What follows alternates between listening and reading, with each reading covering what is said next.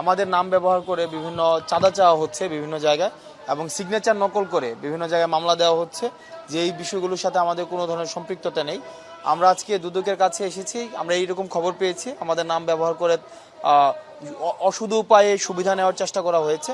আমরা এই বার্তাটি স্পষ্ট করতে এসেছি যে আমাদের লিগ্যাল কোনো অথরিটি নেই বা আমাদের নাম ব্যবহার করে বিশেষ কোনো সুযোগ সুবিধারও এখতিয়ার আমরা রাখি না। আমরা কাউকে বিশেষ কোনো সুযোগ সুবিধা দেওয়ারও আমরা এখতিয়ার রাখি না। সিস্টেমের মতো করেই চলবে। আমরা দুদকের কাছে অনুরোধটি নিয়ে এসেছি, সিস্টেম বা দুদকের যেই অ্যাক্ট রয়েছে অ্যাক্ট অনুযায়ী সব কিছু চলবে। আমাদের নাম ব্যবহার করে যেন কেউ বিশেষ কোনো সুযোগ সুবিধা আদায় করতে না পারে, এই বার্তাটি আমরা স্পষ্ট করতে এসেছি।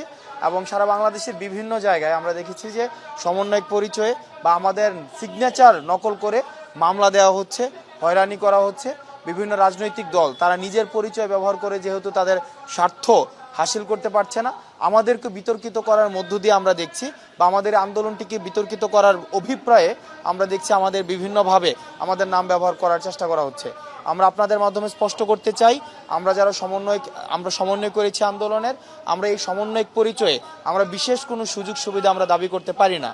তো যারা এই সমন্বয়ক পরিচয়ে বা এই পরিচয়টি ব্যবহার করে বিশেষ কোনো সুযোগ সুবিধা দাবি করে তাদেরকে আপনারা আইনে সোপর্দ করে দিবেন এবং বিদ্যমান যে আইনি কাঠামো রয়েছে এই আইনি কাঠামোতে আপনারা তাদেরকে সোপর্দ করে দিবেন।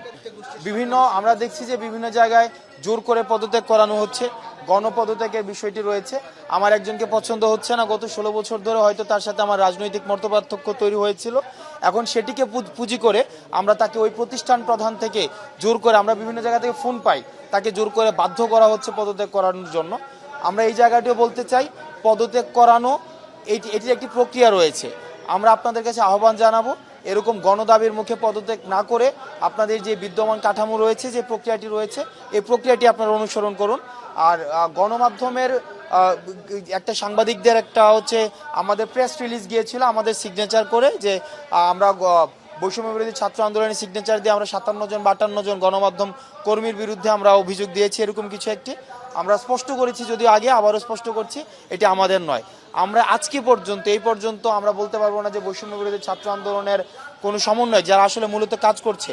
আমাদের ব্যাপক কাজ রয়েছে। আপনারা যদি টিএসসিতে যান আপনারা কাজের পরিধি বুঝতে পারবেন।